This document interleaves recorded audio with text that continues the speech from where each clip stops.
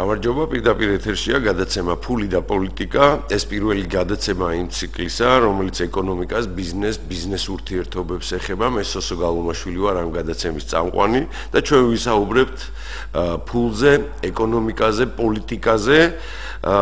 სამწუხაროდ დღეს ძალიან ცოტა საუბრობენ ეკონომიკაზე, ძირითადი საუბრები არის პოლიტიკაზე, პოლიტიკურ ურთიერთობებზე.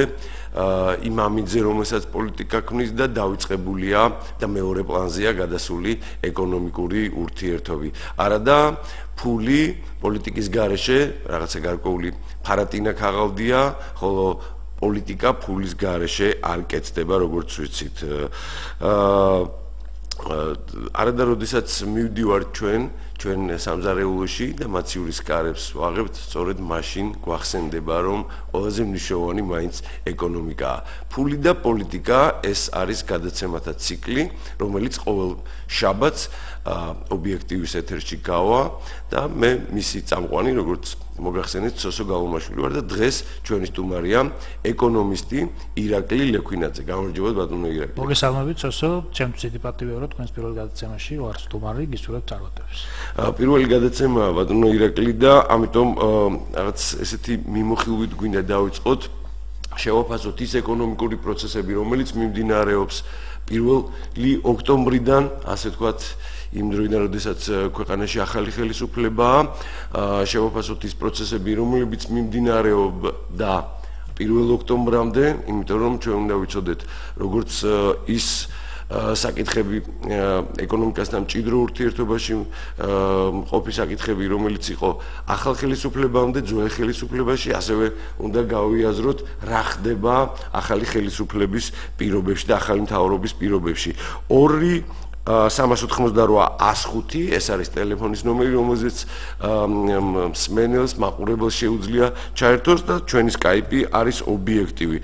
ჩვენ გარდა იმისა, რომ ბათუმის 25 არხზე გავდივართ და ტელემაყურებელი ყავს ამ არხზე, გვისმენენ რადიო ეთერში, პირდაპირ რადიო ეთერში 105-დან 0.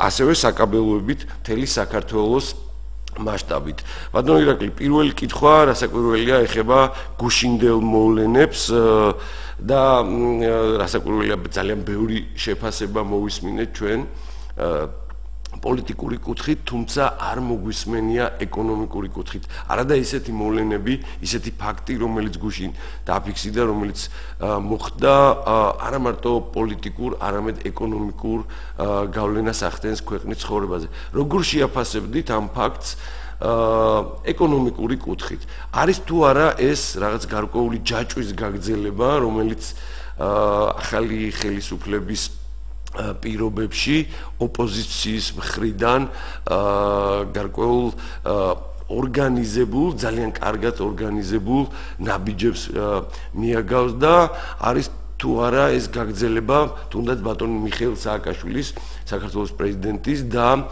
ნაციონალური მოძრაობის ხელმძღვანელის გენერალ-მდივნის ბატონ ვანო მერაბიშვილის განცხადებისა, როდესაც მან განაცხადა, რომ ეკონომიკა სრულად არის ჩამოშლილი. თუ ეს მოვლენა ცალკე უნდა განვიხილოთ?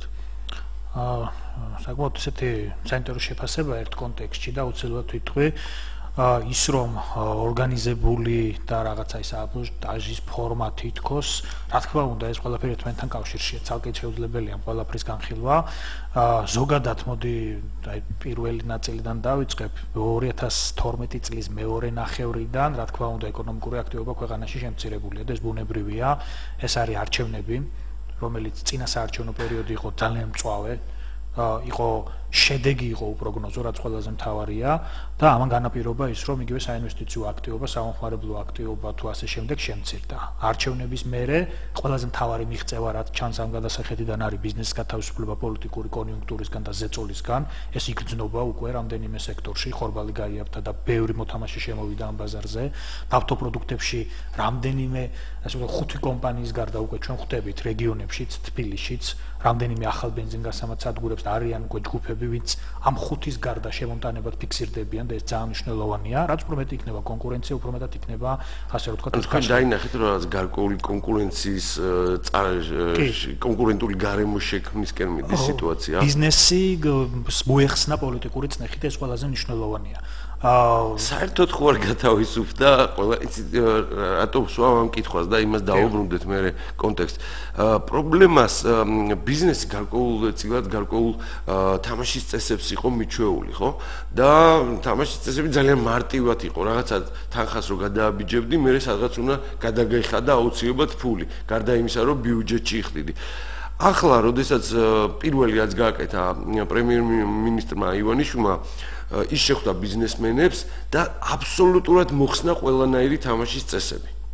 და თქვა რომ თამაშის წესი არის ის რომ თქვენ არ შეგეხებათ ხელისუფლება. რამდენად ზად აღმოჩნდა ბიზნესი აი ამ თამაშის წესებისთვის. მე ვფიქრობ რომ ალბათ ვერ ცოტა დაბნეულობა შეინიშნება, იმიტომ რომ რატომღაც ელოდებიან მთავრობისგან წამოსულ ინიციატივებს. მე მესმის რომ კომუნიკაცია ძალიან მნიშვნელოვანია. მთავრობას და ბიზნეს შორის და ეს კომუნიკაცია სხვადასხვა დონეებზე კეთდება, მაგრამ ის რომ რაღაცა დირექტივები მიიღო, მე მგონი აი ეს მოლოდინი იყო ბიზნესში, რომ შეიცვალა ხელისუფლება და ნუ ეხლა რაღაცა უნდა გადალაგებულიყო. მე არ გამოვიწყავ რომ შეიძლება ახალ ხელისუფლებაშიც იყვნენ ჯგუფები, სადაც სტუნება კონდეს ძველი ბაკონტროლებლების ჩანაცვლების, თუმცა ეს არ უნდა იქნეს დაშვებული და ბიზნესს ეკისრება პირველი როლი, რომ იგივე ბიზნეს გაერთიანებების საშუალებით. ანუ რა უნდა ქნა, როგორც ივანიშვილმა განაცხადა, იყვირო. აუცილებლად და დღეს სხვა თვით ძალიან პასიურია ბიზნეს გაერთიანებების როლი არსად არ ჩანან, არანაირი პოზიცია არ ფიქსირდება. საერთოდ საოჯრო სამრეწველო პალატის ფუნქცია რა არის, არავინ არ იცის. ხო, აი რაღაცა ხო შეიძლება, რომ ეს კომუნიკატორის როლი ითამაშოს და ასე შემდეგ. ამიტომ მართალია ეს დაბნეულობა არის, მაგრამ მე ვფიქრობ, რომ ძალიან კარგია, როცა ეს გარემო უნდა იყოს კონკურენტული. დაუბრუნდეთ გუშინდელ დღეს. კი, გუშინდელი დღე ცოტა მე მგონი ადამიანები მოსახლეობა დაბნეულია, იმიტომ რომ გამოდის ოპოზიცია და ნუ იძახის რომ ქვეყანაში ყველაფერი ძალიან ცუდად არის. ამ დროს როგორც ცუდად არის ისე არ ჩანს ყველაფერი და ნუ მეორე მხარეს რო ვთქვა ხელისუფლება უბრალოდ ამბობს იმას ჯერ რაც გააკეთა და რა აქვს დაგეგმილი. მოდი დავიწყოთ საბიუჯეტო კრიზისის და ეკონომიკის ჩამოშლით. ეს არის აბსოლუტურად გადაჭარბებული შეფასებები და პოლიტიკური შეფასებები, ვიდრე რაღაც რეალურ საფუძველზე აწყობილი. მე პირადად ეკონომისტი ვარ და არ ვუარყოფ არანაირად რომ ქვეყანაში შემცირებული ეკონომიკური აქტივობა, მაგრამ ამას აქვს თავისი ობიექტური მიზეზები. ხელისუფლება რომ არ შეცვლილიყო, ეს პროცესი ისედაც მაინც დარჩება. თქვენ ამბობთ რომ ბუნებრივი პროცესია, ეს ბუნებრივი ფონია? გარდამავალი პერიოდი. რა ფაქტორების გამო არის ეს? ეს არის პირველ რიგში წინასაარჩევნო მწვავე პერიოდი, როდესაც არავის არ ეცალა ახალი პროექტების დაწყებისთვის, განვითარებისთვის და ინვესტორებიც ბუნებრივი ამ დროს მოლოდინის რეჟიმში არიან. არჩევნების მერე ერთთვიანი გარდამავალი პერიოდი, ხელისუფლების გადაცემის პერიოდი, როდესაც სიცხადე რთულია დაინახო რას მოიმოქმედებს ახალი ხელისუფლება და ხელისუფლებაში ის კომპლექტების შემდეგ უკვე ის პირველი ნაბიჯები დაიწყო, მაგრამ ნუ მაინც ამას ჭირდება გარკვეული დრო, რომ ეს დაუშვათ აისახოს ეკონომიკურ აქტივობაში. ამიტომ აქ ეს ლოგიკურია აბსოლუტურად, რომ ჩვენ გვაქვს აქტივობის შემცირება, მაგრამ ჩვენ რო გქონდეს საბიუჯეტო კრიზისი, ბუნებრივია აქ უნდა იყოს ხელფასები ვერ უნდა იცემოდეს, პენსიები ვერ უნდა რიგდებოდეს, ინფრასტრუქტურული პროექტები ვერ უნდა ფინანსდებოდეს. მე ვარ ფინანსთა სამინისტროს საერთათფირო ჯგუფში და ყოველდღიურად მომდის ინფორმაცია ბიუჯეტის შემოსავლების და ხარჯების შესახებ. ბოლო მონაცემებით 400 მილიონამდე ლარია ბიუჯეტში ნაშთის სახით და არანაირი ასე რომ ვთქვათ პრობლემასა ბიუჯეტის გარღვევაში არ არსებობს, იმიტომ რომ აი ყოველდღიურად ანუ უფრო მეტია აი ეს 400 მილიონს რო დაუფიქრეთ, უფრო მეტია დღეს ნაშთი ვიდრე იმ დღეს როდესაც 1 ოქტომბერს როდესაც ასე ვთქვათ შვიდობიანი გადაბარება მოხდა ხელისუფლებას. კი, მაშინ იყო 200 მილიონი, დღეს არის 400 მილიონამდე ბიუჯეტში ნაშთის საკითხი. მოდი სანამ აი ამ ნაშთების საკითხებს განვიხილავდით, მაშინ რა აძლევს საფუძველს ვანო მერაბიშვილს იმის თქმისა, რომ მან განაცხადოს, რომ არის ეკონომიკური კოლაფსი, ეკონომიკა ჩამოიშალა, რაზე დაყრდნობით ხდება ამის განცხადება? ჩვენ რაც მოვისმინეთ, ეს იყო ნაციონალური მოძრაობის ექსპერტების მიერ გაკეთებული შეფასება, რომელიც სტატისტიკა აფიქსირებს, რა თქმა უნდა, გარკვეულ შემცირების მაჩვენებლებს, მაგრამ ის ციფრები, რასაც დავუშვათ ოპოზიცია აცხადებს, აბსოლუტურად არ მოდის კონტექსტში ამ მაჩვენებლებთან და ეს არის გამწვავება უბრალოდ საკითხის, რომ ხალხში შეიქმნა შთაბეჭდილება, რომ აი თუ არ იქნებიან ისინი ხელისუფლებაში, სხვა ეფექტურად ვერ იმოქმედებს ეკონომიკური განვითარების კუთხით. გვაქვს ორი პოზიცია. ერთი არის მერაბიშვილის პოზიცია და მეორე არის ლექვინაძის პოზიცია ამ შემთხვევაში. მოდი ასეთი რაღაცა ვთქვა. გასაგებია, რომ ოპოზიცია უნდა ამწვავებდეს თემას, ეს ძალიან ბუნებრივი თემაა. თუმცა შენ ამბობ, რომ არანაირი პრობლემა ამასთან და გარკვეული ის ფაქტორები, რომელიც იმოქმედებდა ხელისუფლების შეუცვლელად, ის ფაქტორები მუშაობს იმაზე, რომ ბუნებრივი ფონური შემცირება მოხდეს ეკონომიკის დის. ხომ არ ფიქრობ, რომ ფაქტორი შემოდის უცებ ისეთი ფაქტორი, როგორიც არის განცხადებები საქართველოს პრეზიდენტის, ყოფილი შინაგან საქმეთა მინისტრის და პრემიერ-მინისტრის რომ გარკვეულმა ჯგუფებმა შეიკავონ თავი ინვესტიციის ჩადებისგან საქართველოში. არის ასეთი ფაქტორი არსებობს? პრეზიდენტის გამოსვლა საერთაშორისო არენაზე, როდესაც ეს ურთიერთბრალდებებია, ხო? სააკაშვილი აბრალებს ივანიშვილს, რომ ის საუბრობდა უცხოეთში რაღაც ბუტაფორიულ საინვესტიციო გარემოზე, მაგრამ თვითონაც როდესაც იყო თუ არ ვცდები მიუნხენში, ბრიუსელში მისი გამოსვლა იყო პირდაპირ მოწოდება ფული არ შემოვიდეს ქვეყანაში, იმიტომ რომ როდესაც პრეზიდენტი საუბრობს არასწორ პროცესებზე ეკონომიკაში, ამას ქვეყნის პრეზიდენტი საუბრობს და არა დაუშვათ ვიღაც რომელიმე დამოუკიდებელი ტიპი ბიზნესმენი ან ასე შემდეგ, ეს ბუნებრივია, ეხლა მე რომ დაუშვათ მოზამბიკის პრეზიდენტის გამოსვლას დავესწრო და იმან მითხრას, რომ ჩემ ქვეყანაში ყველაფერი ძალიან ცუდად მიდის, მე ბუნებრივია არანაირად არც დავინტერესდები, რომ იქეთ გავიხედო, ამიტომ ბუნებრივია ეს ყველაფერი თქვენ წერან ახსენეთ, რომ რაღაც ლოგიკური ჯაჭვია, თქო საბოტაჟია. რა თქმა უნდა, საპრეზიდენტო არჩევნები მოდის და საპრეზიდენტო არჩევნებამდე ის დაცემული რეიტინგი, რომელიც აქვს დღეს ნაციონალურ მოძრაობას, სულ აიმაღლოს, ხო? ხო, მაგრამ არა, ეს არ უნდა მოხდეს მოსახლეობის ხარჯზე, ქვეყნის სახელმწიფოს ხარჯზე. ჩვენ ამას ვხედავთ, რომ ისინი მზად არიან,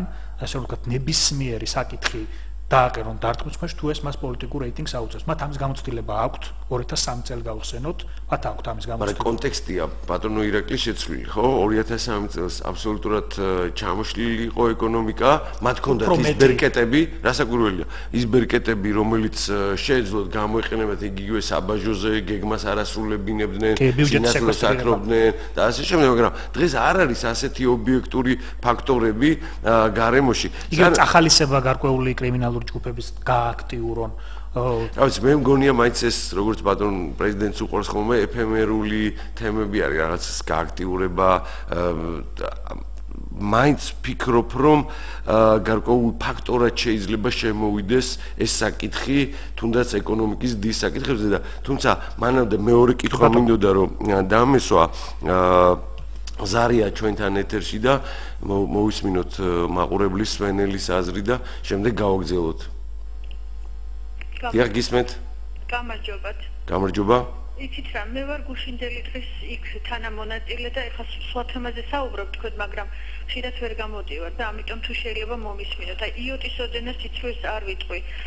იცით როგორ არის ეს დერეფანი არ იყო გამუდმებით ამაზე საუბრობს ყველა და არც ერთი ჟურნალისტი რომელთა მანქანებიც იქ იდგა ეზოდან შესასვლელთან ამას არ აღნიშნავს რომ იქ იყო თავისუფალი დერეფანი ქაშვეთის ეკლესიის მხრიდან და პოლიციამ სხვადასხვა ეს ხალხი გაძია იქით კუთხისკენ ფურცელაძის ქუჩისკენ და მისცა საშუალება რომ ეს დერეფანი ყოფილიყო თავისუფალი იმ დერეფნიდან შევიდა ბარამიძე იმ დერეფნიდან შევიდნენ ელჩები ის ელჩები ცდილობენ ჩემო ბატონო რომ ამბობენ რომ იქ იყო ესე იგი ესეთი პრობლემა. აი ძალიან დიდი ბოდიში ახლა თქვენთან, მაგრამ პრეზიდენტი და ესეთი მოხსენიება მისი ნამდვილად არ შეიძლება.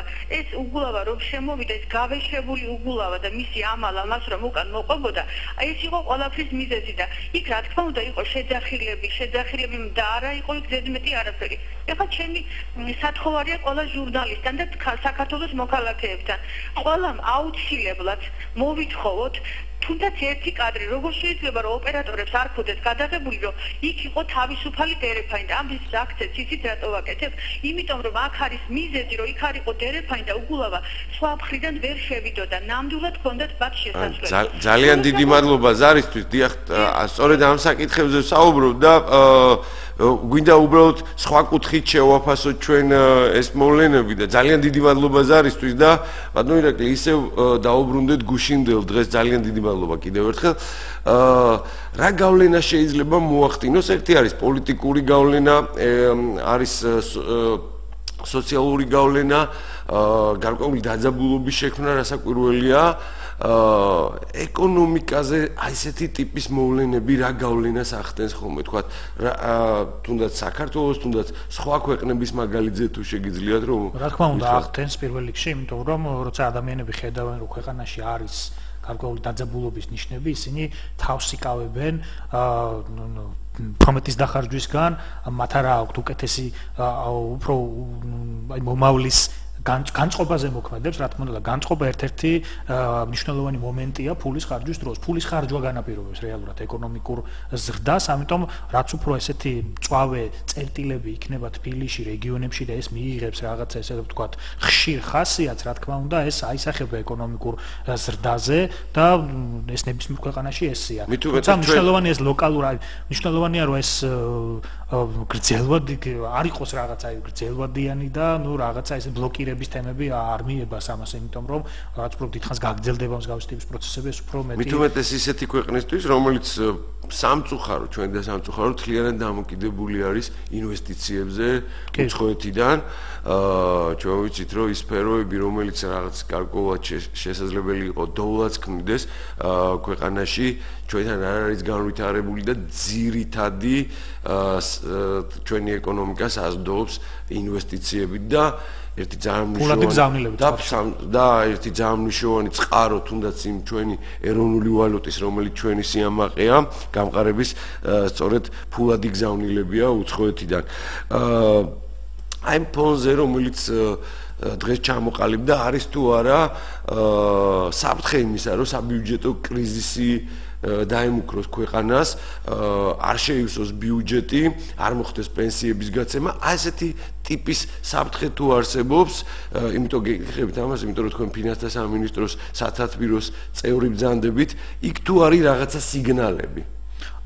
არა, ჯერჯერობით მსგავსი ასე ვთქვათ, ნიშნები არ არის, თუმცა ეს ეკონომიკური ზრდის ტემპის დაცემა, ინვესტიციების ზრდის ტემპის დაცემა, რომელიც წლის მეორე ნახევარში დაფიქსირდა, თუ ეს გაგრძელდა მთელი წლის მანძილზე, ბუნებრივია ამის საფრთხე იქნება, იმიტომ რომ ბიზნესი სჭირდება დამატებითი ინექცია, ბიზნესს სჭირდება განვითარება, რომელიც შემდეგ ბიუჯეტის შევსებაზე უნდა აისახოს. რამდენად გათავისებული აქვს აი ესეთი ტიპის საფრთხე თვითონ ახალ ხელისუფლებას, ახალ მთავრობას, რამდენად ფიქრობენ იმაზე, რომ აი ეს თუნდაც ბიუჯეტის სეკვესტრი არ მოხდეს ეკონომიკური დაძაბულობის შექმნა და ფინანსური კრიზისი. რამდენად აქვს ეს თუნდაც ფინანსთა მინისტრს, მინისტრის ერთი მნიშვნელოვანი, ასე ვთქვათ, მუშაობის დაწყების დღიდან იყო ის, რომ მან გააკეთა განცხადება ფინანსური დისციპლინის შენარჩუნებაზე აქცენტირებული, იმიტომ რომ ეს იყო, ასე ვთქვათ, ნიშნები, რომ ჩეკის ამორთქმა იგივე რაღაცა ეს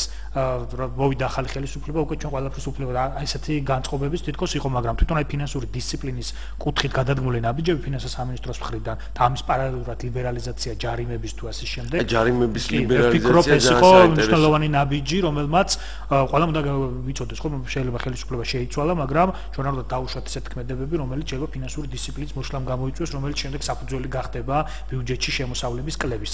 იყო ეს ნიშნები, თუმცა მე დღეს ვფიქრობ, რომ ეს მეტნაკლებად სტაბილურ რეჟიმშია გადასული. რაც შეეხება თვითონ პრემიერ-მინისტრის ქმედებებს, არის რეფორმები, რომელიც ასე ვთქვათ, გაცხადებულია, არის საკითხები, რომელსაც ჯერ კიდევ ველოდებით რა ფორმას მიიღებს ეს ყველაფერი. პირველი, აქცენტირება მან სოციალურ თემებზეა, რომელიც მოკლევადიანია და ასე ვთქვათ, უფრო მნიშვნელოვანი, მე ვფიქრობ, რომ გრძელვადიანზე გათვლილი რეფორმები იქნება. პირველი ეს ფონდების თემა, რომელმაც შეიძლება ითქვას დროში ცოტა დააგვიანა, მაგრამ დღეს გაცხადებულია რა ფონდებთან გვექნება საქმე, მაგრამ აი კიდევ უფრო მეტი ალბათ ის გვჭირდება ჩვენ, რომ მოქმედებაში მოყვანა უკვე ამ ფონდების, რომ ეს იგრძნოს ეკონომიკამდე, ეს ძალიან მნიშვნელოვანია.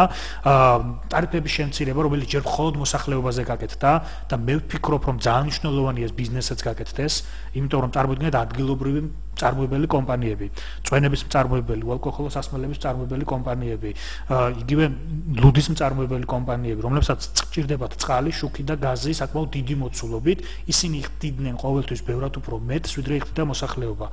თუ რესურსი არსებობს მოსახლეობაში, ტარიფის შემცირების არსებობს, იქაც ეს უნდა გაკეთდეს. თან ყველა ქვეყანაში საბითუმო შემწყიდველები პროდუქციის უფრო მეტი შეღავათი წარგებია. რასაკვირველია, ჩვენთან ცოტა ესეთი ასიმეტრიული მდგომარეობა გვაქვს. სხვათა შორის ძალიან ბევრი შეფასება მოყვა პრემიერ-მინისტრის პრეზენტაციას, როდესაც მან წარმოადგინა ახალი მთავრობის განვლილი 100 დღე. თუმცა ძალიან ბევრი აქცენტი გაკეთდა ჩემთა სამწუხაროდ პოლიტიკაზე და რაღაცა გარკვეულ ისეთ საკითხებზე, რომელიც მე ვფიქრობ, რომ მოსახლეობისთვის შეიძლება არც იყოს მნიშვნელოვანი, იმიტომ რომ პოლიტიკური იქ რაღაცა გარკვეულ ჭორებზე აქცენტირება, მაინც საბოლოო ჯამში არის გაქცევა რეალობიდან, იმიტომ რომ არ ასახავს იმ დღევანდელ რეალობას, რომელიცშიც ჩვენი მოსახლეობა არსებობს. არ მოყვა დებატები სამწუხაროდ 100 დღის შეფასებას და ყველაფერი პოლიტიკურ ჭრილში იქნა განხილული. თუმცა რამდენიმე ადგილას უკვე შევხვდი კიდევაც გარკვეულ კრიტიკას ამ 100 დღის პრეზენტაციის, ძალიან ესეთი მცირე ოპოზიცია მაინც ცდილობს რომ გაიქცეს ეკონომიკაზე საუბარს. არადა ყველაზე საინტერესო, ყველაზე გასაკრიტიკებელი, ყველაზე საინტერესო დისკუსიისთვის და დავისთვის სწორედ ეკონომიკა არის. თქვენ როგორ შეაფასებთ ამ განვლილ 100 დღეს? რამდენად მნიშვნელოვანი იყო ის ქვეყნისთვის და თქვენ ისაუბრეთ ტარიფებზე, ისაუბრეთ ამ ფონდებთან დაკავშირებით. ხვდებით თუ არა იმას, რომ ნელ-ნელა ახალი ხელისუფლება იწყებს ფიქრს იმაზე, როგორ შეასრულოს ის დანაპირები, რომელიც ჰქონდა წინა საარჩევნოდ. მე ვფიქრობ, რომ კი, იმიტომ რომ ეს ბიუჯეტი ჩვენ თუ ჩავხედავთ, ბიუჯეტში პრაქტიკულად ძირითადი საკითხები ასახულია, იგივე დაზღვევის თემატიკა, იგივე პენსიების თემატიკა, დევს ბიუჯეტში იგივე ინფრასტრუქტურული, ძირითადი ინფრასტრუქტურული პროექტები, რომელიც მიმდინარეობს და ეს რეალურად საჭიროა, იმიტომ რომ რეგიონებში ქალაქები მიუხედავად იმისა, რომ გზები გაკეთდა თუ რაღაც ინფრასტრუქტურა მნიშვნელოვნად შეიცვალა, პრაქტიკულად ქალაქებში ინფრასტრუქტურა საქართველოში არ არსებობს. წყლის პრობლემა, გაზის პრობლემა, გზების, შიდა გზების პრობლემა, აი გვინდა მეტი ტურისტი, გვინდა უფრო მეტი ეკონომიკა, ხო, აი ქალაქებში ინფრასტრუქტურული ფიქრობ თუ არა, რომ ერთი არის ბიუჯეტის საკითხი, მეორე არის თქვა იგივე სუვერენული ფონდებზეა საუბარი, ხო, სამ სუვერენულ ფონდზე ჩამოყალიბდით, როგორც მე შევატყე 100 დღის შეფასებისას და შეჯამებისას. ფიქრობ თუ არა, რომ ეს ახალგაზრდული საინვესტიციო და სოფლის მეურნეობის ფონდები სწორედ ის მექანიზმებია, რომელიც მოაგვარებს იმ გამოწვევებს, რაც დგას თვითონ საქართველოს წინაშე მოსახლეობის საზოგადოების წინაშე. ბატონო, აი სოფლის მეურნეობის ფონდი მე ვთვლი რომ მნიშვნელოვანია, იმიტომ რომ ქართული სოფელი ბოლო პერიოდში ჩვენ მქონდა ეკონომიკური ზრდა და ყველა სექტორი ზრდებოდა სოფლის მეურნეობის გარდა, პრობლემები არსებობს სოფლის მეურნეობაში და ამას სჭირდება ერთიანი მსხვილი კაპიტალი. რომ შევიდეს ტექნოლოგია, შევიდეს ინფრასტრუქტურა, მოწესრიგდეს ინფრასტრუქტურა, შევიდეს განათლება ფერმერებში, დაიწყოს დაზღვევის სისტემები, მოხდეს შევიდეს იაფი კაპიტალი და ამ ყველაფერმა შექმნა საფუძველი სოფლის მეურნეობის კომერციალიზაციის. ეს თვითონ საინვესტიციო ფონდზე რას? საინვესტიციო ფონდს რაც შეეხება, აქ გათვლა ცოტა სხვანაირად არის. ცალკეული ინვესტორების დარწმუნება, რომ ცალკეულ სექტორში ფული ჩადოს, უფრო რთულია, ვიდრე ჩვენ მას უთხრათ, რომ ჩვენ გვაქვს ფონდი, სადაც მონაწილეობს სახელმწიფო, შენ შემოდი ამ ფონდში და ჩვენ განსაზღვრავთ, სად ჩავდოთ ეგ ფული. ნდობა და რისკი უფრო ნაკლები ამ შემთხვევაში ერთ ფონდთან ურთიერთობის ნაწილში და გარანტიებით, რომ ეს ფული უკან დაბრუნდეს, ვიდრე ცალკეულ სექტორებში დაუშვათ დამოუკიდებლად შესვლის. ამიტომ მე ვფიქრობ, რომ აი საინვესტიციო ფონდი უფრო ამ ნაწილსთვის არის გაკეთებული რისკები. გათვლილია ირაკლი ეს თემა, იმიტომ რომ მე მსხვილ ბიზნესმენებს შეხვდი, რომლებიც მოღვაწეობენ საქართველოს ფარგლებს გარეთ და გარკვეული ეჭვები არსებობდა ამ ფონდთან დაკავშირებით, იმიტომ რომ მსხვილ ბიზნესმენს, მსხვილ ინვესტორს ყოველთვის პრობლემა აქვს იმ ფონდში მონაწილეობის დროს, რომელიც სახელმწიფოსთან ერთად არის შექმნილი, იმიტომ რომ სახელმწიფოსთან ცოტა რთული არის ურთიერთობა და თუნდაც საკუთარი კაპიტალის გარკვეული ნდობა. მით უმეტეს ესეთი არასტაბილური ქვეყნისთვის, როგორიც არის საქართველო. მესმის, რომ JP Morgan-ი, როგორც სოფლიოს უმსხვილესი საინვესტიციო ბანკი, ინვესტორი თვითონ და ინვესტორების ფულის გამკარგავი, გარკვეული გარანტია შეიძლება იყოს, მაგრამ ჯერჯერობით მექანიზმს მე ვერ ხედავ საინვესტიციო ფონდის შექმნისათვის და თუ იმისათვის თუ რა მონაწილეობას მიიღებს სახელმწიფო. შენ როგორ ფიქრობ, შესაძლებელია რომ ეს ფონდი სახელმწიფოს მონაწილეობის გარეშე არსებობდეს?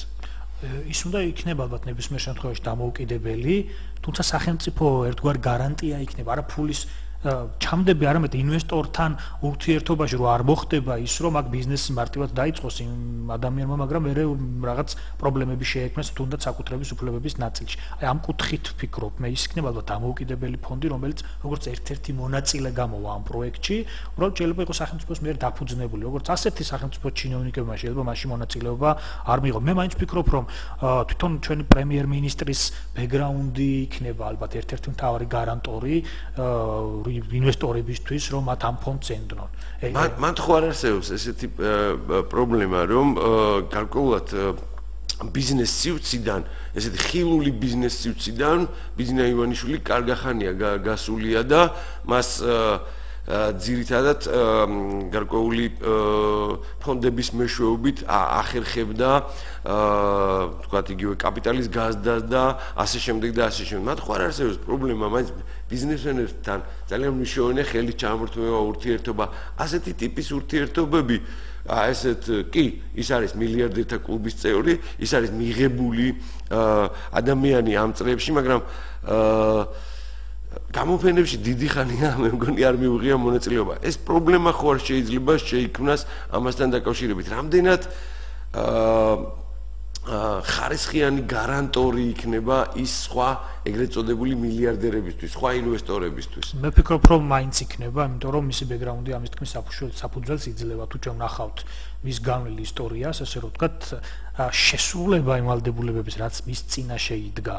აი ყოველთვის იყო თანდევი ხაზი ბიზნეს ისტორიის. რასისტი კრედიტის თემა ძალიან მნიშვნელოვანია. აბსოლუტურად, მას აქვს გაკეთებული ბევრი ისეთი თემა, რომელიც ძალიან ძნელი დასაჯერებელია, თუნდაც იმ პერიოდის პოსტსაბჭოთა სივრცეში ახლად შექმნილი მილიარდერებისთვის, რომელშიც ძალიან ბევრი იყო დაუშვათ სადაო თემა, ძალიან ბევრი იყო იგივე გადაგდების თემა, ძალიან ბევრი იყო ვალდებულებების ვერ თუ არ შესრულებების თემები. აი ივანიშვილის ისტორია ამისგან შეიძლება ითქვას, რომ განსხვავებულია, ამიტომ მე ვფიქრობ, რომ ამას გარკვეული მნიშვნელობა აქვს. თავარი ამ ფონდში მე მაინც ვთვლი, აი რამაც შეიძლება ინვესტორის გარანტია გააკეთოს, არის მაინც ჩვენი პრემიერის ბიზნეს ბექგრაუნდი, ну რა თქმა უნდა იმაზე მეტად ვიდრე შეიძლება სახელმწიფოს გარანტიები. ფონდების შექმნა ძალიან მნიშვნელოვანია და ამ საკითხზე მინდა რომ გავაგრძელოთ საუბარი. ახლა სტუდიაში ზარია, დიახ გისმენთ? ალო. დიახ გისმენთ უკაცრავად რომ შეგაყოვნეთ, დიახ. ორი შეკითხვა მაქვს თქვენ სტუმართან, ბატონი დაგისთან, არა? დიახ. დიახ, ბატონი დაგლის პირველი, აი თქვენ გძანეთ რომ ინვესტორი უყურებს სახელმწიფოში მსვლელობიან სიტუაციას და სტაბილიზაციას, რომ ჩადოს ინვესტიციები და პრაქტიკულად მოგება გქონდეს აზრი მსვლელობიან სიტუაციიდან გამომავალი, მაგრამ მე რა მაინტერესებს, რამდენად შეიძლება იყოს ეს უკვე ეს სიტუაციები პროვოცირებული იმ 5 სენატორის მიერ, რომელიც იმყოფება ამერიკაში და რომელიც იყო დღემდე საქართველოში ბიზნესის ინვესტიციების იმეჯმეიკერი, დღევანდელი წინა ხელისუფლებასთან ერთად, რომ მათი დალაგებული ვისაც არ მოეწონოს ესეთი ნათქვამი როა, მაშინ იმის არეულს გაუმარჯოსო. იმიტომ რომ ისინი ეთყობა როგორც ჩანს გაღიზიანებულები არიან იმ წაგებით, რომელიც განიცადა ნაციონალურ მოძრაობამ. და მეორე კითხვა თუ შეიძლება. მეორე კითხვა, როდესაც ვიძახით რომ ინვესტორები უნდა შემოვიდნენ, რა არის მთავარი, რომ ინვესტორებისთვის სახელმწიფოში არსებობდეს 2, 3, 4 მილიონი თუ თვითონ ერი იყოს ძლიერი, ფულიანი, რომ მისი ინვესტიცია იყოს განხორციელებული წარმატებით, რომ ერთად შეძლოს კულტურის უნარობა და აქედან გამომდინარე, როდესაც სააკაშვილი ძახის რომ ჩვენო მთავარი არისო პრაქტიკულად ამინისტია გამოუცხადოთო ბიზნეს როგორც იტყვიან კრიმინალებს, ანუ ვინც მიიტაცა სახელმწიფოს რა ქვია მთელი ავლადიდება და არა პოლიტიკურ პიროვნებებსო. ეს ხوار გამოიწეს იმ სამართლის უზენაესობის დაკნინებას, რომელიც უნდა განავითაროს ბიზნა ივანიშვილმა თავისი ხელისუფლების ვადაში. ძალიან დიდი მადლობა კითხვისთვის, ბატონო ირაკლი, სანამ კითხვას პასუხს გაცემდით, თუ შეიძლება მინდა შევახსენო ჩვენ მსმენელს და მაყურებელს, რომ 2-388-105 არის ჩვენი ტელეფონის ნომერი, Skype-ით შეგიძლია დაგვიკავშირდეთ Skype ობიექტივი და შეგახსენებთ, რომ ბათუმის 25 არხის მეშვეობით ხორციელდება ტელემაუწყებლობა, ხოლო რადიო გადაცემა პირდაპირ ეთერში არის FM 105 და 0 თემაზე. ბატონო ირაკლი ლექვინაძე არის ჩვენი სტუმარი დღეს გადაცემაში ფული და პოლიტიკა.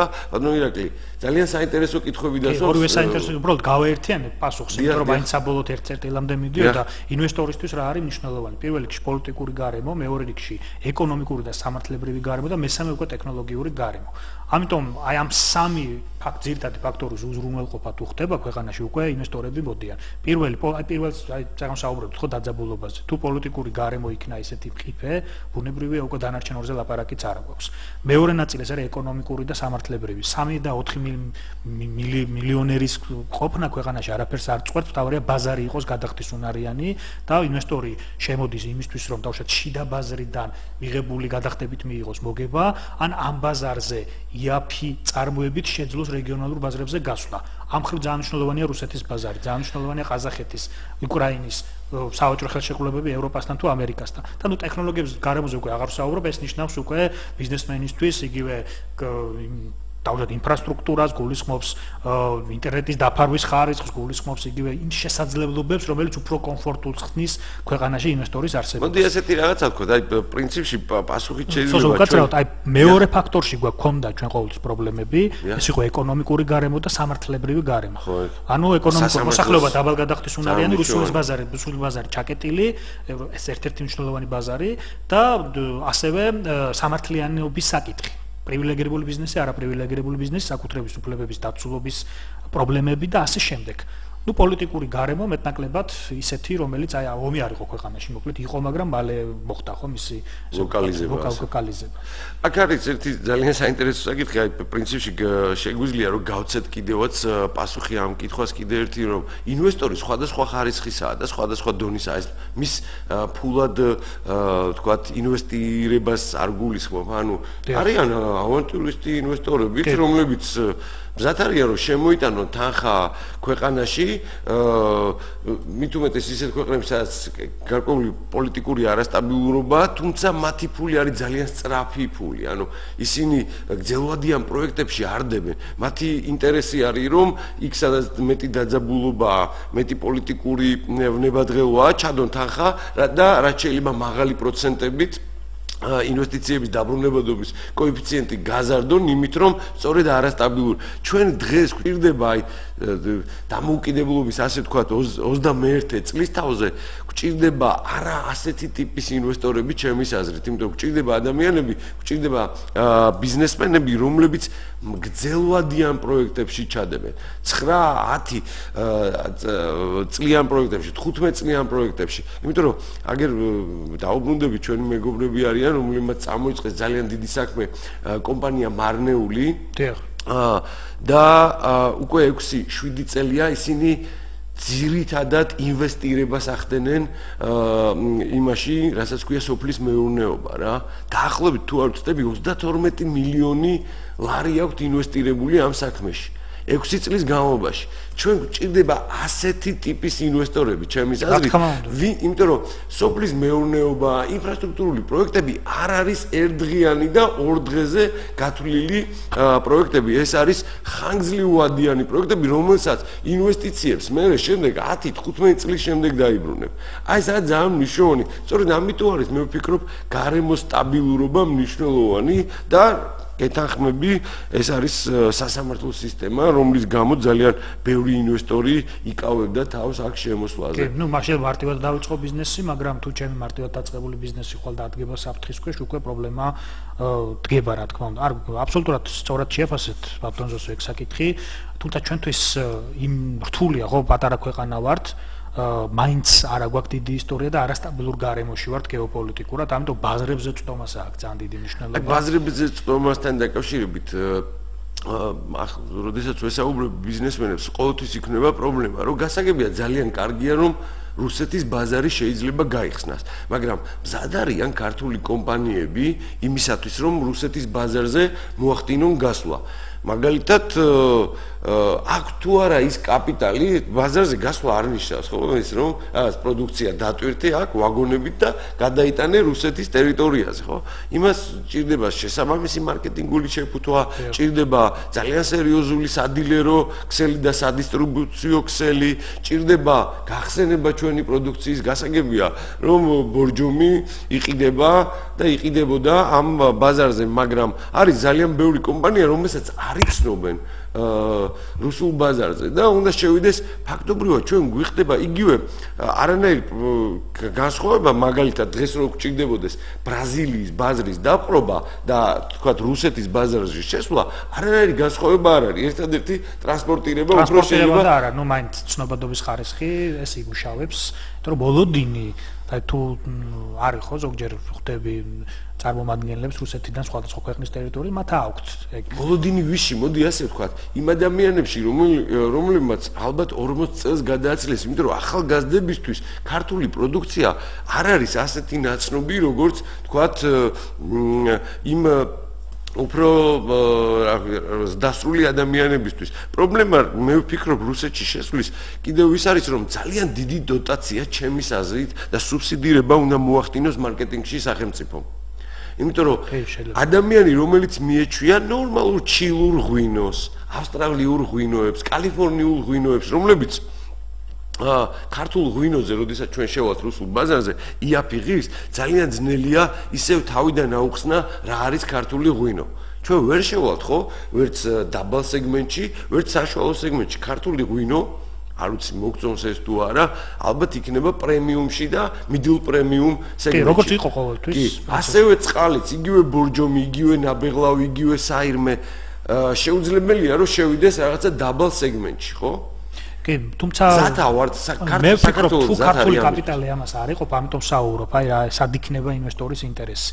მთავარია ბაზარზე იყოს წვდომა, ეს ერთი საკითხი. თუ ბაზარზე წვდომა გვაქვს ეს წვდომა, გვაქვს, თუ ადგილობრივი კაპიტალი არ ყოფნის ქართულ კომპანიებს რომ დაუშვათ მათ გადამოახდინონ ისეთი სტრატეგიული სქემის შემუშავება, რომელიც ამ ბაზარზე შესვლას გულისხმობს, ისინი რა თქმა უნდა, აქ შემოვლენ უკვე ინვესტორების ნაწილი, ეს აქ არის უკვე ინვესტორების ხაზი. ძალიან კარგი ხაზს მიყვები. მათ ხო არ არსებობს ესეთი პრობლემა, რასაც ქვია, რომ ქართული ბიზნესი, საერთოდ ბიზნეს და ფულს არ აქვს ხომ ეროვნება, მაგრამ ხომ არ მოხდება უმსხვილესი რუსული ბიზნესმენების ხელში და თლიანად იმ მოტივით რომ რუსეთში გვინდა შესვლა თლიანად ხო არ გადავა ასე ვთქვათ რუსული კაპიტალის ხელში არსებობს ასეთი საფრთხე რა თქმა უნდა თეორიულად არსებობს და ამას ვერ შევზღუდავთ აქამდეც არ იყო რუსული ბაზარი, მაგრამ რუსული კაპიტალი აქტიურობდა საქართველოში ან ოფშორის გავლით, ან პირდაპირ, ხო? ეს იყო რეალურად, მაგრამ მე არ ვხედავ ამაში რაღაც განსაკუთრებულ საფრთხეს, თუ ქართული აგრარული კომპანიები იქნებიან რუსული კაპიტალით დაფუძნებული. რა პრობლემაა? მთავარი აქ შეიქმნას დამატებული ღირებულება, დასაქმდეს ხალხი და ქართული ექსპორტი გაიზარდოს, რომელიც გაზრდის შემოსავალს. არანაირი პრობლემა ამაში არ არის.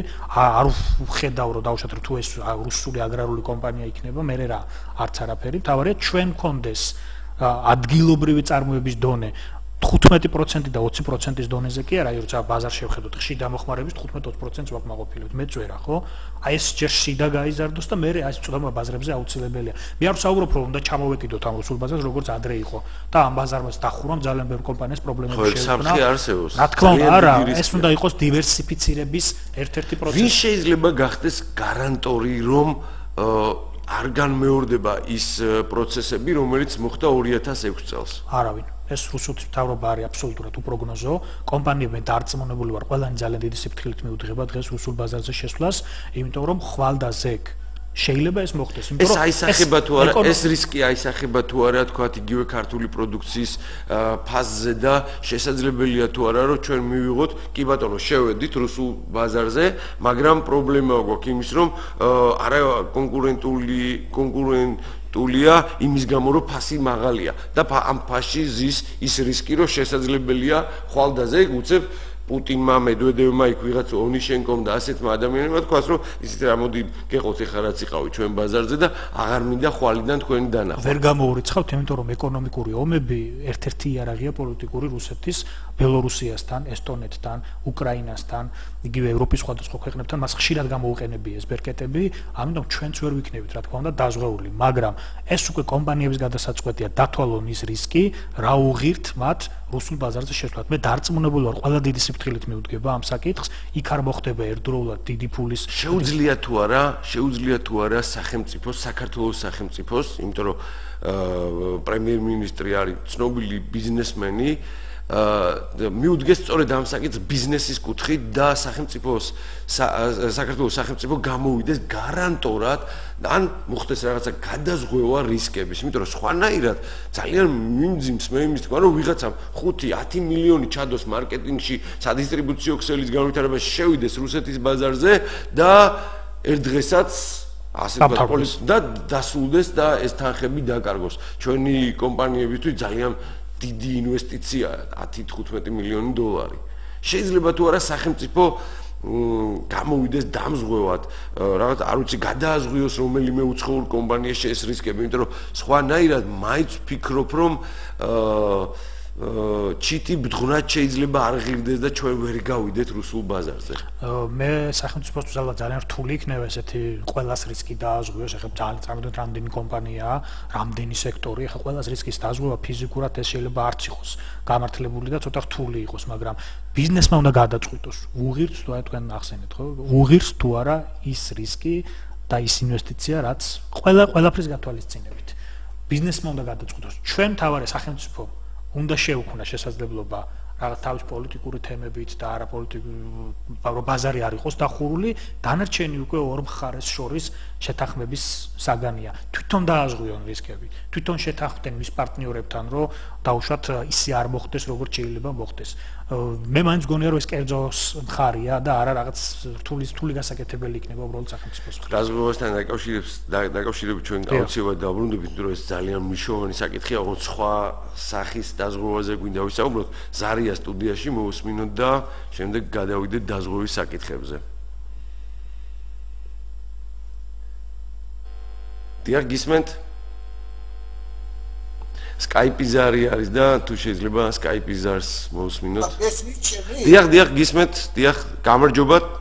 აი თქვენ უსმენთ თქვენ საუბარს და ეს მოულოდნელი არ არის, ასეთ საუბრები მიდის ხოლმე ხშირად.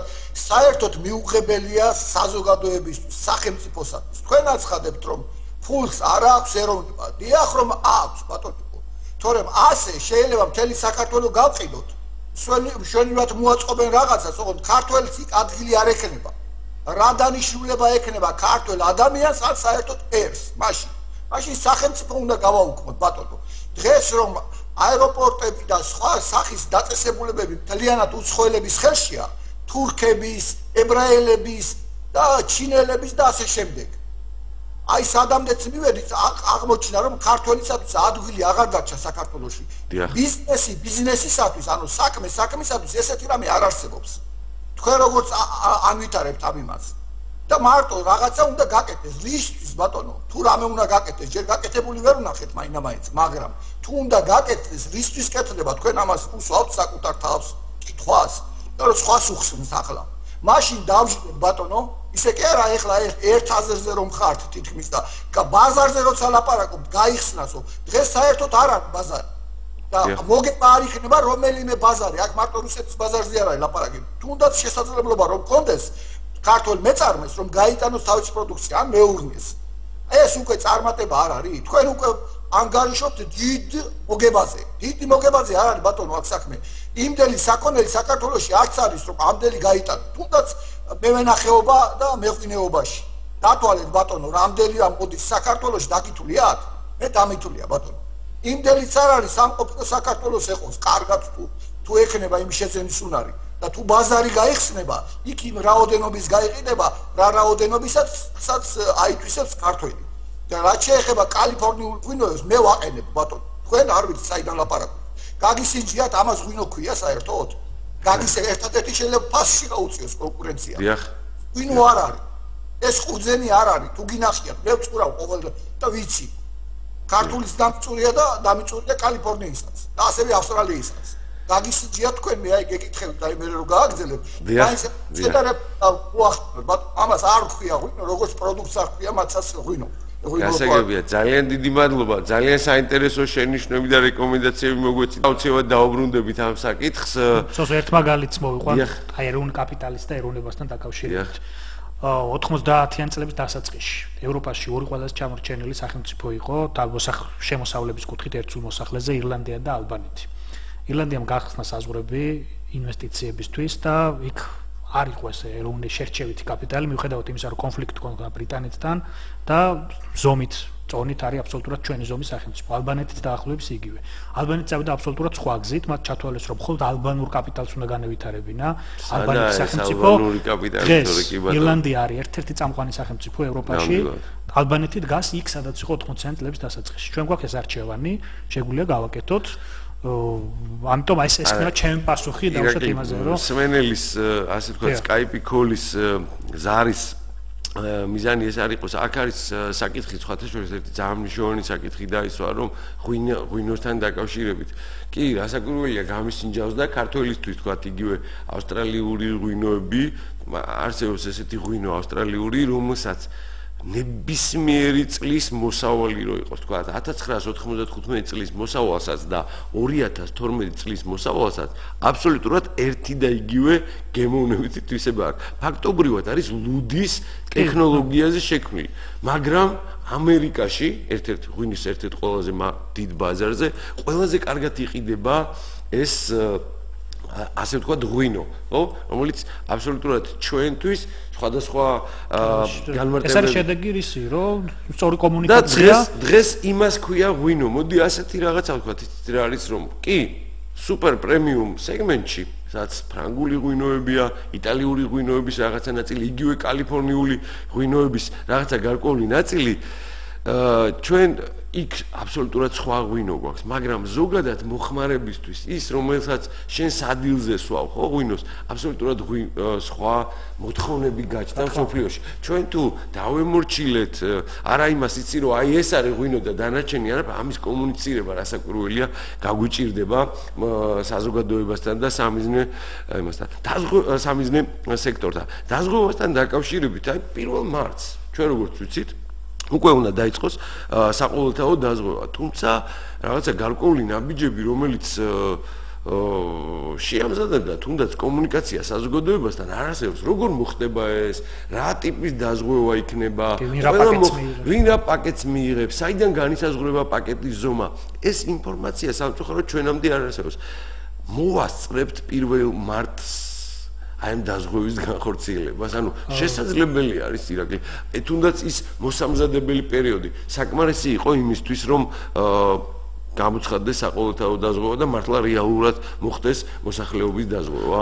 აქ ორი თემაა, თვითონ იციან და ჯერ დავუშვათ კომუნიკაცია არ დაწყებულა, რომ დავუშვათ ჩვენ გავიგოთ ის დეტალები, რასაც გულისხმობს ეს დაზღვევის თემატიკა, ისევ როგორც ფონდებთან დაკავშირებული თემატიკა და ძალიან ბევრი თემატიკა, ან ჯერ არ არის დავუშვათ ჩამოყალიბებული ეს პაკეტი. სხვას ვერ ვფიქრებთ უბრალოდ, იმიტომ რომ წინა ხელისუფლების დროს ჩვენ მქონდა ძალიან აქტიური კამპანიები ზოგჯერ იმაზეც, რაც არ არსებობდა, აქ ცოტა სხვანაირად არის, ხო?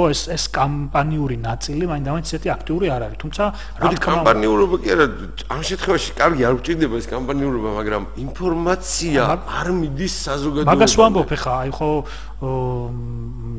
უნდა ვიცოდეთ დაუშვათ რასთან გვაქვს საქმე. თუ 1 მარტს მოვლენ ჩვენთან და პირდაპირ დაუშვათ, აი გვეტყვიან რომ შენ ხარ დაზღვეული და ნუ არ გვეცოდინება, ან არ გვეცოდინება დაუშვათ რა გვერგება ამ დაზღვევის პაკეტში. ამიტომ ძალიან მნიშვნელოვანია ანუ აქ ერთი საქმეა, ერთი თემა კიდე მე პირადად რაც მაინტერესებს, ხო? გასაგებია რომ ყველა ვეზღვევით, მე უნდა ვიცოდე რა შედის ჩემ სადაზღვევო პაკეტში, რომ მე შემდეგ მე მქონდეს არჩევანი, ან დავტოვე სადაზღვევო პაკეტი, თუ მე მაკმაყოფილებს, ან დავუშვათ დავამატო მას ისეთი ელემენტები და შესაძლებელი იქნება სხვათა შორის, აი ესეც არ ვიცი. ანუ შესაძლებელი იქნება, რომ ჩვეულებრივი მოქალაქე, რომელიც სახელმწიფომ დააზღვია და შემდეგ მას ის და აქვს რაღაც მინიმალური პაკეტი, ხო, გასაგებია რომ ყველაფერი ვერ შევა ამ პაკეტში. შესაძლებელი იქნება რომ შემდეგ მოხდეს გარკვეულწილად აი ამ პაკეტის გაზდა რაღაცა თქვა დამატებითი თანხების ეს უნდა იყოს აუცილებელი, მე ვფიქრობ, ეს თქვა ჯანდაცვის მინისტრმა, როგორც მე ვიცი, და ეს არის აუცილებელი, იმიტომ რომ ადამიანებს უნდა დაუპტოვოთ არჩევანი. მე შენ მადლობელი, რასაც მაძლევ, მაგრამ მე თუ მინდა უკეთესი კლინიკა, მე თუ მინდა უკეთესი სერვისი, მე თუ მინდა კიდე დამატებითი საკითხები, რომელიც არ შედის მინიმალურ საბაზისო პაკეტში, მე უნდა მქონდეს ამის საშუალება და ეს იმისთვისაც არის მნიშვნელოვანი, რომ სადაზღვევო კომპანიებს მქონდეს ამ შემოთავაზებების გაკეთების საშუალება და სადაზღვევო ბიზნესს დამატებითი თავშად შემოსავლები ამ კუთხით. ამიტომ ეს აუცილებლად უნდა იყოს. მე ვიცი რომ ჯანდაცვის სამინისტრო ამაზე თქვა რომ ეს ესე იქნება და აველოდოთ ალბათ პერიოდს, როდესაც ამას უფრო კონკრეტულად გვექნება. ხო, ეს ძალიან მნიშვნელოვანი საკითხია გარკვეულ უკვე იმ წრეებში, რომელიც ელოდებიან ამ ინფორმაციას, რომლებიც ელოდებიან რომ მოხდება სახელმწიფოს მხრიდან აი დაზღვევის უზრუნველყოფა, უკვე გარკვეული სკეპსისი გაჩნდა ამასთან დაკავშირებით, იმიტომ რომ ფიქრობენ რომ სახელმწიფო ასე ვთქვათ ჭყალებში ცუდი სიტყვა, მაგრამ გადააგდებს ამ საკითხში და არ მოუგვარებს საკითხს. მეცადეთ და იგივე ანტიმონოპოლურ კანონმდებლობასთან დაკავშირებით ბიზნესთან კომუნიკაციის ნაკლებობას ვხედავ მე პირადად. აი როგორ ვინ უნდა განისაზღვროს, კი არის კანონმდებლობა შექმნილი, კონცეფცია შექმნილია, შესულია პარლამენტში, მაგრამ ნუ აი ვიწრო წრის გარდა ამაზე არ არსებობს ინფორმაცია, ვინ იქნება მონოპოლისტი, როგორ მოხდება დაუშვათ სხვადასხვა საკითხების პრევენცია, ვის მიმართ ვინ იქნება დაუშვათ სანქციების განმახორციელებელი, როგორ ინფორმაციის ნაკლებობა ქმნის რაღაც გარკვეულ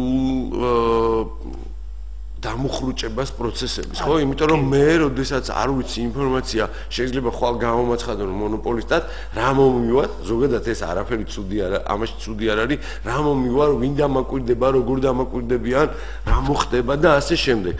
აქედან გამომდინარე, მე ვფიქრობ რომ ინფორმაცია უნდა მივიდეს აუცილებლად ადრესატამდე. თან ისეთი განცხადებების ფონზე როგორც კეთდება პარლამენტში, უნდა დავსაჯოთ, უნდა დავშალოთ, ეს უნდა გავაკეთოთ, ეს უნდა არ არის სწორი მიდგომა, ამიტომ ეს კომუნიკაცია და ბიზნესთან ამ საკითხებისგან. ნუ ბიზნესთან იმ შემთხვევაში, ამ შემთხვევაში ბიზნესს ეხება. დაზღვევა, იმიტომ რომ ამ შემთხვევაში სხვა მოთამაშე მხარეებია, კლინიკები, კერძო სადაზღვევო კომპანია. ამიტომ ეს აუცილებელია. ძალიან მნიშვნელოვანია უბრალოდ, რომ ყველას აი თუ გვინდა სისტემა, აი ესე უნდა ავაწყოთ, თუ აგვინდა ეხა რაღაც იმისთვის გავაკეთოთ, რომ ვიღაცას ვაჩვენოთ, რომ მონოპოლისტი დავსაჯეთ, დაზღვევა გავაკეთეთ, ეგ სხვა თემა. არა, რასაკვირველია, იმიტომ რომ იქ ეს არის ბაზრის რეგულაციები, რომელიც ძალიან მნიშვნელოვანია იმისთვის, რომ ქვეყანა განვითარდეს და წინ წავიდეს. ქვეყნის განვითარებას და წინ სვლას რასაკვირველია ხელს უშლის კრიზისები და კიდე მინდა ერთხელ დაუბრუნდე ვანო მერაბიშვილის იმას, იმიტომ რომ ეს განცხადებები არ არის ისეთი ტიპის განცხადებები, რომ მაგალითად ვერ დაველოდებით 4 წელი ეკონომიკა კრიზისშია, რომელიც ბიზნესმენმა შეიძლება ერთ ყურში შეუშვას და მეორედან გამოშვა და აქ რამე ცვლილებები თავის ბიზნესის განვითარებაში, თავისი ბიზნესში ინვესტირებისგან შეიძლება თავი შეიკავოს. ჩვენ გვახსოვს 90-იანი წლების დასაწყისი, როდესაც მართლა რეალურად კრიზისი იყო, მართლა ჰიპერინფლაცია იყო, კოლაფსი იყო შეიძლება თუ დამეთანხმები. მე ვიცი რომ შენ კარგად გაქვს ეს პერიოდი შესწავლილი, აი 91-93 წლები და რატო დაუბრუნდი რომ აი ეკონომიკური ნამდვილი კოლაფსი მართლა მაშინ მოხდა და მინდა რომ შეადაროს მსვენელმაც და მაყურებელმაც, როდესაც კოლაფსზე ალაპარაკი ეკონომიკურზე, დღევანდელი სიტუაცია და 90-იანი წლების დასაწყისი. ის იყო ნამდვილი კოლაფსი, დღეს საბედნიეროდ ესეთი კოლაფსი მე მგონი არ გვემუქრება. რა მოხდა 91-93 წლებში? შეგიძლია რომ მოკლედ თქვა იმისათვის რომ არ განმეორდეს კიდე ასეთი ეკონომიკური კოლაფსი. აბსოლუტურად გარემოებები იყო სხვადასხვა, თქვენ სწორად არჩევთ, მე სტუდენტების პერიოდში აქტიურად ვსწავლობდი ამ მმართველობას და საკმაოდ ბევრი ესეთი ნიუანსია. რა თქმა უნდა, შედარებაც არ შეიძლება, იმიტომ რომ მაშინ გარე ფაქტორები მიზეზი იყო ის, რომ ჩვენ გამოვედით საბჭოთა სივრციდან, ჩვენ პრაქტიკულად დამოუკიდებლები აღმოჩნდით ფულად საკრედიტო პოლიტიკაში, საფინანსო პოლიტიკაში და სხვა ბევრ საკითხში, რამაც პრაქტიკულად ქვეყანა დატოვა პრობლემების წინაშე, ქვეყანა დატოვა დეფიციტში, ინვალდებულებების წინაშე, რომელიც იყო აღებული თავშად საბჭოთა სახელმწიფოს შემთხვევაში. უნდა აიღოს საქართველოს აი მაგალითად ანაბრების გაუფასურების საკითხს რომ მიუბრუნდეთ. უნდა აიღო თუ არა საქართველოს სახელმწიფოს რაღაცა ვირტუალური წარმონაქმნის საბჭოთა კავშირის ვალები თავის თავზე, მაშინ როდესაც ერთი გამოცხადდა სამართალ მემკვიდრედ ამ იმების რა ქვია. ნუ თუ სახელმწიფო ჩათვალა რომ თვითონ პასუხისმგებელი იყო საკუთარი მოქალაქეების წინაშე და შიდავალში წაიღო მთელი ის ანაბრები, რომელიც მოცულობა საკმაოდ სოლიდური იყო, დაახლოებით 8 მილიარდი დოლარის ფარგლებში და ეს აიღო შიდავალში და თქვა რომ მე მექნება ბიუჯეტში ფული, მე ამ ფულს აუცილებლად თუმცა არც მექანიზმები ჩამოყალიბებულა ამის. იყო ცდილობები ამისი 98-99 წლებში, როდესაც ინდექსაციის მექანიზმი გაკეთდა. ეს ინდექსაციის თანხები გაწერილია და მაგაზე შეგვიძლია თუ ჩვენ დრო გვქნება მე სხვა დროს დეტალურად ვისაუბროთ, უფრო დაიწყო კიდევაც დარიგება, მაგრამ მე გარკვეული პოლიტიკური პროცესები წარიმართა ისე, რომ ამ პოლიტიკურმა პროცესებმა შეაჩერა ეს პროცესი, იმიტომ რომ ვიღაცებმა ჩათვალეს, რომ ეს არ იყო სწორი ფორმა არა და მე ვფიქრობ, რომ ის რაც თავის დროზე გაკეთდა, იყო ოპტიმალური, იმიტომ რომ მეორე თემა იქ რატომ ჩავარდით იმ კრიზისში, დავდექით ფაქტის წინაშე და არ იყო მართვის გამოცდილება, არ იყო კრიზისის მოქნილად რეაგირების გამოცდილება და პრაქტიკულად 1 წელი ჩვენ ვიყავით სრულიად ქაოსში. აი ამან შექმნა ის რომ მოსახლეობის ბამ ვერ გაიგო სად წავიდა მისი კაპიტალი და ეს იყო მთავარი მიზეზი. გაღატაკდა მოსახლეობა და გაღატაკების მიზეზად ვიღაცებს ასახელებენ. შეიძლება რომ ერთ პიროვნებას წაიღო მთელი ეს ანაბრები და ამის ხარჯზე გამდიდრებული იყო. ანუ არის ეგეთი თეორიებიც რომ ვიღაცა ერთმა ადამიანმა წაიღო და ამის გამო დღეს იმიტომ არის გაღატაკებული მოსახლეობა. ეს არის საქართველოში სხვა შორის, სხვა ჩვენ არც ერთ ქვეყანაში ეგრე არ არის, იმიტომ რომ იგივე რუსეთის მაგალითი, უკრაინის მაგალითი, პოსტსაბჭოთა ქვეყნების მაგალითი, სადაც მსგავსი ტიპის პრობლემები იყო, მოხდა ისე როგორც მოხდა ჩვენთან. ანუ სახელმწიფომ წაიღო ეს შიდავალში და აქ ცოტა რთულია, რომ რაღაც ერთ პიროვნებაზე აიწყოს ეს ვალდებულებები, ეს შეიძლება რომელიღაცა სახელმწიფოსაც კი აწყობდა რაღაც ეტაპზე, რომ ვიღაცა ყოფილიყო დამნაშავე და იმისთვის მოეთხოვათ და არა სახელმწიფოზე გადასულიყო ეს პასუხისმგებლობა, მაგრამ მე არ ვფიქრობ, რომ ეს ესეა. ჩვენ თუ ვნახავთ ამ თელ პრეისტორიას, ამ კრიზისის ანატომიას, ამ თავშედა ანაბრების ანატომიას, იქ აბსოლუტურად სხვა შედეგებზე გავალთ და თუ რა ვიცი ხა დრო აღარა გვაქვს ჩვენ ამაზე, მომავალში იქნება ამის საშუალება, ჩვენ დეტალურად შეგვიძლია ვისაუბროთ ამ თემაზე, გამომდინარე იქიდან რომ მოსახლეობაში ალბათ ინტერესი არის.